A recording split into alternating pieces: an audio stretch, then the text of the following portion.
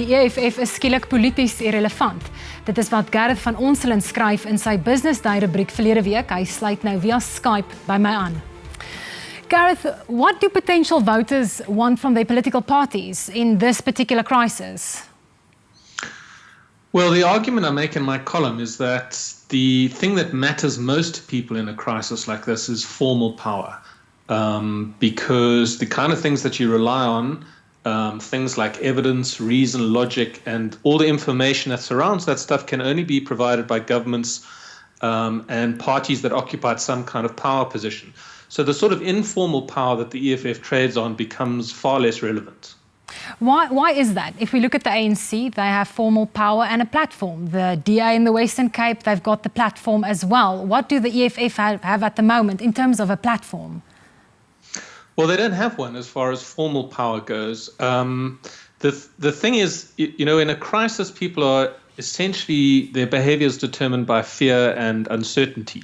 And so they look to authority to provide the kind of things that are missing. And that is usually found in authoritative information, in evidence, in government policy and decision-making and leadership.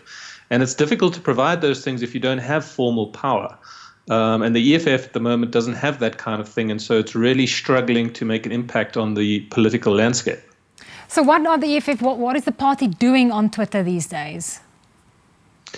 Well, I think it's behaving in much the same way as it's always behaved, sort of starting fights and trying to be divisive, but it doesn't really count for much in this environment because people don't have an appetite for that kind of thing. And I think the EFF found it out the hard way when they, right at the beginning of the pandemic, made the mad proposal that people who are infected get moved to Robben Island, and South Africa shut that down unusually quickly, and ever since then the EFF has been battling to make an impact. You're right that the EFF, it hasn't been that easy for them to vilify their favourite villain, capitalism, in this crisis. Why is that? No, well, that was another point that I made in my column, was that capitalism, as you rightly point out, and white monopoly capital, which is this conspiracy theory that almost always accompanies EFF analysis, has proven to be relevantly benevolent in the last month or so. I mean, large amounts of money have been given by very rich private sector individuals. It's the private sector that's coming forward to help with masks and ventilators and the production of a vaccine. And it's very difficult to say that these people and institutions don't care in that environment, because they obviously do. Gareth, the EFF strategy has always been to be the pro-poor party, and they have asked banks to be lenient on defaulters, people that have loans. Is this kind of strategy, is that gaining traction with their voters?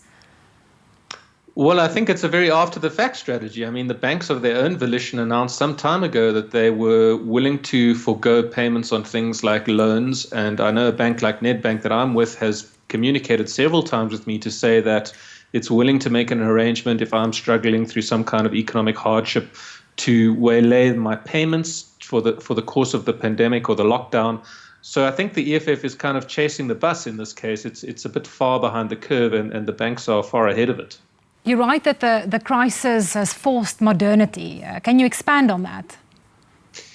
Yes, this is a fascinating part. I mean, the EFF is essentially a pre-modern party. What it wants and what's at the heart of its offer is this kind of return to a sort of agrarian economy of the 1920s, where everyone has a piece of land and everyone's a farmer. It has no real modern economic policy or modern economic outlook. And what this crisis has forced that party to do is it hasn't managed to cope. What it's forced South Africa to do is to focus on science and evidence and reason and all the things that come with modernity, private sector advancement, huge complicated machinery in the forms of ventilators and things that keep people alive, vaccine production. The EFF just simply doesn't have the language or the imagination to deal with these kind of constraints, and it's another reason why it's sort of stuck out in a vacuum without a place or a purpose. But if we have a much poorer country after this crisis, which we most certainly will, isn't that fertile ground for the kind of populist politics that the EFF loves so much?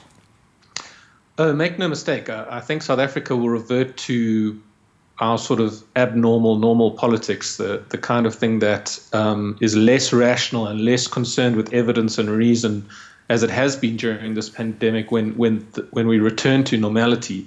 And I think the EFF will once again use that environment to capitalize on the kind of things that it does and to speak to poor South Africans in the way it has before and use its informal influence again. But in the interim, I think this period's going to hurt it. It's going to lose some support, possibly to the DA, and the DA is going to grow on the back of that. And yeah, it's going to have to make up lost ground. Let's talk a bit about the other political parties. How has this crisis changed the way the ANC talk about policy? Well, it's had the same effect on all political parties, I think. I mean, of the three big parties, the ANC, the EFF, and the DA, the DA is really the only one that talks with any kind of modern program of action. It is hardwired into the global economy. Its policies tend to follow best practice in Western Europe and, the liberal tradition. The ANC and the EFF, to one degree or another, are quite outdated in their policy thinking. And so this kind of crisis has had the biggest impact on those two parties. And you see it in the ANC as well. The kind of behavior we're just not used to seeing. Daily briefings, evidence and reason being put first and foremost, huge emphasis on statistics in determining policy. I mean, these are kind of things that have never been applied to expropriation without compensation or the NHI. And so this effect of this modern crisis that can only be solved by a modern solution is changing the behavior of all our parties. But do you think that behavior, specifically with regard to the ANC, is permanent? I mean, as you've said, they've set the bar quite high. Voters and South Africans might expect that going forward with other policy debates that we most certainly will have in future. No, I don't think it's permanent at all. I think it's very specifically linked to their response to the crisis and to understanding and driving public health care policy in response to it.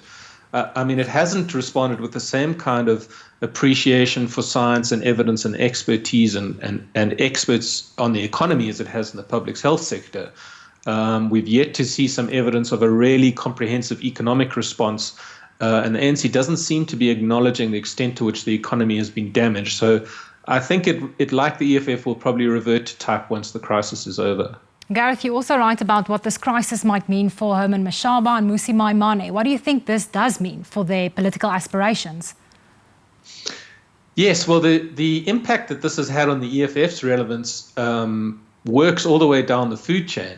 And it has a more and more profound effect the smaller you are and the less relevant you are. So, the EFF is suffering at the hands of not having a formal base to articulate any information or power. But below it, the smaller parties are suffering as well. The ACDP, we haven't heard from for ages. The Freedom Front seems to have vanished off the spectrum. But for Mmusi Maimane and Herman Mashaba, who haven't even started a party yet and are desperately trying to use informal power to gain some kind of momentum, this has decimated their relevance. I mean, they might as well not exist at all. Gareth, thank you so much.